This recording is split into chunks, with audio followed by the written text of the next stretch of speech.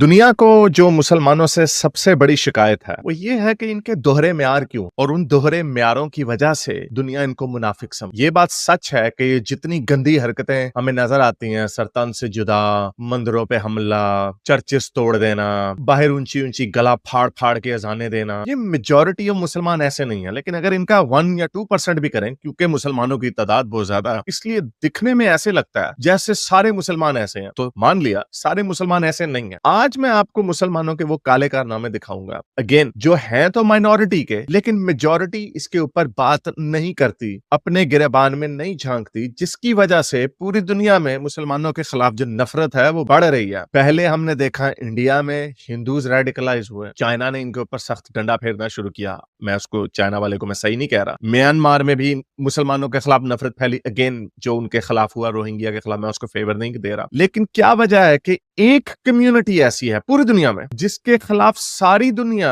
हथियार लेके खड़ी हो जाती है। भारत की दोस्ती की बातें फिर से पाकिस्तान भर में जो है बहुत तेज हो गई हैं। भारत से दोस्ती करना के, हालांकि ये कोई नई बात नहीं है। लगभग हर पाकिस्तान के चुनाव में पिछले 30 सालों के अगर हम देखें, जब से पाकिस्तान का डाउनफॉल चालू हुआ है, तब से हर चुनाव में जो कोई भी नेता रहा है, ज्यादा थोड़ा सा पॉपुलर है, जिसको थोड़ा सा एज रहा है, उसने इसी प्रकार की चुनाव के जस्ट पहले ऐसी ही बातें करके पब्लिक को भी उल्लू बनाने की बात की और भारत को भी जो है इन्होंने जो है वो ऐसे ही बेवकूफ बनाने की बात करी है। हर बार इमरान खान भी यही कहता था। नवाज शरीफ का तो पूरा इतिहास इसी पॉलिटिक्स बेस्ड रही, और फिर नवाज शरीफ के ही दौर में कारगिल युद्ध से लेकर उरी हमले से लेकर सब कुछ नवाज शरीफ की ही देन है। तो ये अभी भी ये व्यक्ति कह रहा है मुंह फाड़ के। देखते जाइए इस बार पहली बात तो ये चुनाव फ्री एंड फेयर इलेक्शन कितने हद तक होता है। अगर हुआ तब तो ये नवाज शरीफ का जीतना नामुमकिन है। उसके बाद भी अभी जैसे जैसे चुनाव इनको लगेगा ना कि थोड़ा सा टफ हो रहा है, अभी देखिए और क्या क्या नहीं बोलेंगे। ये भारत के लिए पूरे बिछ जाएंगे, इतनी ज्यादा जो है वो चुनाव जीतने की तड़प पाकिस्तान में, और जैसी हालतें खराब हो रही हैं इनको भी पता है। एक बात फैक्ट है कि भारत से व्यापार, भारत से रिश्ते जो है इनकी चीजों को सुधार सकते हैं। मैंने आपको बताया कि मुसलमानों के रवैये पूरी दुनिया में लोगों को रेडिकलाइज कर रहे हैं। इंडिया में हमें कहते हैं जी बीजेपी आ गई, अगर आई भी, और बीजेपी अगर आप ये कहते हैं कि बड़ी फार राइट की हिंदू कॉम्प्रेस किस्म की पॉलिटिकल पार्टी, तो क्यों आई? क्यों पहले 50-60 सालों में वो मुसलमानों को अपीस करते रहे? पहले उन्होंने वहां पे आपकी लोकल शरिया लॉ भी रखे, आपको अपीस करते रहे। ठीक है, छोटे मोटे दंगे होते रहते थे, लेकिन उसके अलावा जो उनकी स्टेट है वो सेक्युलर रही, और वो अपनी सेक्युलर स्टेट के ऊपर प्राइड फील करते थे। लेकिन अब वो सेक्युलरिज्म को सेक्युलरिज्म कहते हैं, क्योंकि उन्हें ये लगता है कि जो कांग्रेस पार्टी है वो मुसलमानों को अपीस करती है। बाहर के मुल्कों में, गोरों के मुल्कों में, जिन्होंने पूरी दुनिया के लोगों के लिए अपने दरवाजे खोल दिए, पूरी दुनिया के लोगों के लिए, लेकिन वहां पे चाहे वो नेदरलैंड हो, फ्रांस हो, जर्मनी हो, बर्तानिया हो, अमेरिका हो, कनाडा हो, अभी ऑस्ट्रेलिया, न्यूजीलैंड में बचत हुई क्योंकि यहाँ पे 1% भी नहीं है मुसलमान। इन सारे मुल्कों में वेस्टर्न वर्ल्ड जो है, पोलैंड वगैरह ने इनको घुसने नहीं दिया, तो वहां पे अभी अमन है। चेक रिपब्लिक, सर्बिया, पोलैंड, इन मुल्कों में मुसलमान नहीं है। वहां पे आपको इसलिए वहां से वीडियोस नहीं निकलती हुई नजर आती। जिन मुल्कों ने अपने दरवाजे खोल दिए आपके लिए, उनके पंगे इंडियन से भी हो सकते थे। अगर पाकिस्तान के अंदर कोई ऐसा होता, कोई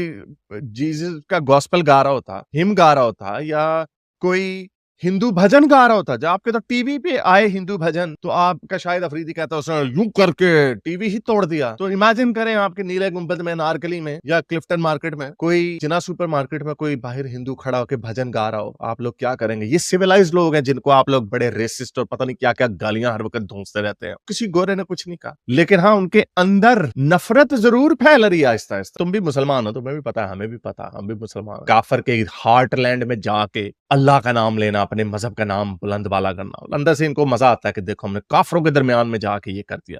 वो गोरे बेवकूफ हैं, वो समझते हैं यार कोई बात नहीं यार, ये तो बड़ी खूबसूरती है, डिफरेंट कल्चर है हमारा, क्या मल्टी कल्चरलिज्म है, सारे मिल बुट के ये काम करो। वो गोरे पागल हैं, लेकिन आहिस्ता आहिस्ता अब उनको समझ आ रही कि ये टेक ओवर के ड्रीम्स हैं, ये इस तरह अपने मुसलमानों को उभारते हैं। और हमने देखा ही अभी इसराइल फलस्तीन का जो मामला हुआ है, हमने देखा कि किस तरह उनको डर लगा कि है हम तो इनको गले लगाते रह रहे हैं, तो सांप को जफियां मारने के बराबर है। क्यों? और इनके रवैयों का कैसे पता चलता? उनको समझ आ रही है कि ये मुसलमानों की क्या हरकतें हैं, ये क्या कारनामे हैं। हम तो बताएंगे भाई, क्योंकि हमें तो डर है कि जिन मुल्कों को हम छोड़ के आए हैं, जहां पे इस्लाम का बोलबाला किया गया है, उन मुल्कों का क्या हाल है देख लें। रहने के काबिल नहीं है, तभी वहां से मुसलमान भाग के आते हैं। और कितनी मजे की बात है कि वहां से भाग के आते हैं, उन रवायात से दूर भागते हैं, यहाँ पर आते हैं, यहाँ पर आकर वही रवायात थोपने लग जाते हैं। और लू के पट्टों, तुम इसको वैसे ही बना रहे हो जिसको छोड़ के आए हो। अगर वो इतना ही अच्छा था तो वहां पे रहो। ड्रामेबाजियों ने उधर गोरों ने काम खराब किया हुआ, इसलिए हम इधर आ। Beliefs of convenience. क्या आपको कोई इस तरह की वीडियो आई है कि गोरे चढ़ के वहां पे मस्जिदों पे इनकी मस्जिदें गिरा रहे हो? गोरों के लिए तो तुम भी अहमदी हो ना एक लिहाज से,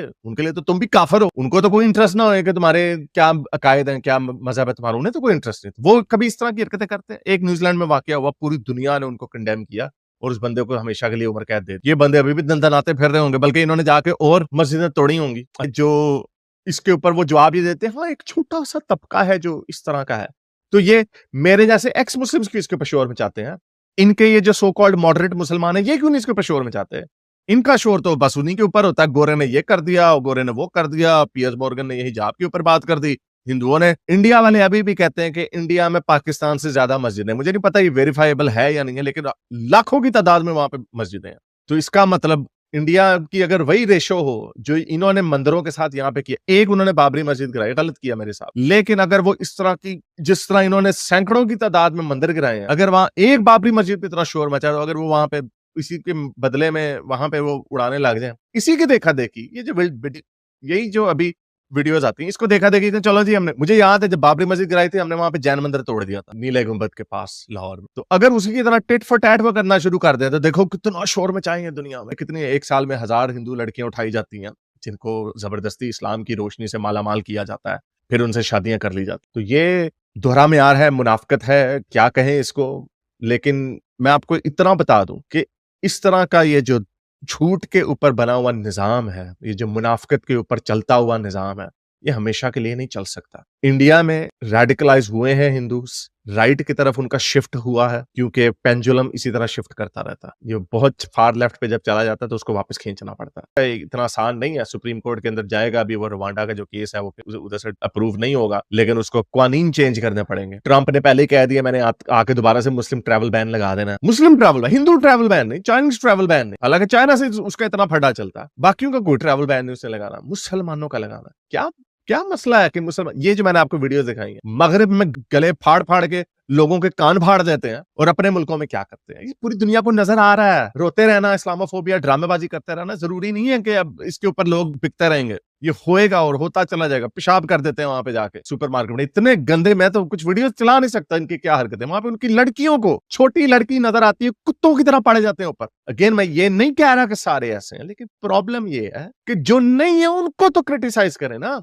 जिस तरह हम बोल रहे हैं, आपके जितने वहां पे लिपस्टिक मुसलमान है वो उसके ऊपर पर्दा डाल रहे हैं, हम क्यों माफी मांग, हम जिम्मेदार हैं उसके? जी हाँ, आपने, अगर आप एक्टिविस्ट हैं तो आपका फर्ज बनता है कि अपनी सोसाइटी के गंदे कारनामों को हाईलाइट करें, ताकि हम लोगों के पास ये जवाब ना हो कि आप देखें जी आप इसके ऊपर चुप क्यों हैं, और फिर आपके अंदर से आवाज आएगी। जाहिर बात है हमें एक सर्टेन सेगमेंट ऑफ मुसलमान सुनेंगे। फिर से अब पाकिस्तान को भारत की दोस्ती याद आ रही है। खैर, हमें कुछ चीजें भूलनी नहीं चाहिए। यही वो नवाज शरीफ हैं, पीछे जाने की जरूरत नहीं है, इधर ही पिछले 10 सालों में अगर हम देखें तो यही वो नवाज शरीफ है जिनको 2014 का जो नरेंद्र मोदी जी का शपथ ग्रहण समारोह था उसमें बुलाया गया था इनको।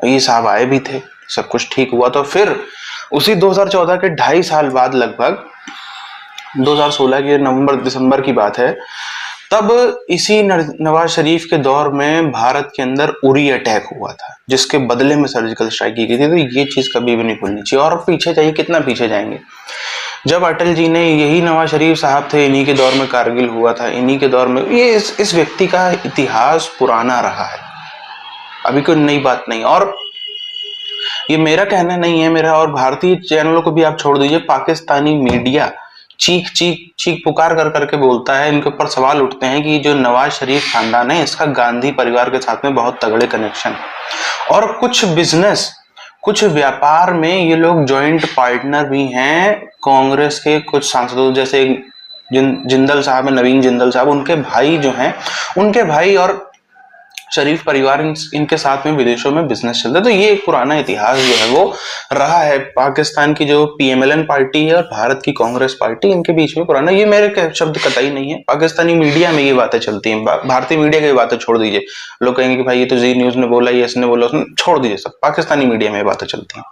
और जो शहबाज शरीफ के बेटे हैं सलमान शरीफ, जो कि बड़े बेटे हैं शहबाज शरीफ के, उनके भी कई सारे, पूरा एक तो व्यापार वही शरीफ परिवार का वही व्यापार मैनेज करते हैं, वो भी जो है कई बार अलग अलग ठिकानों पे, जैसे यूएई में, जैसे सऊदी में, जैसे लंदन में, कई बार कांग्रेस के कई नेताओं के साथ में बैठ के करते रहे हैं।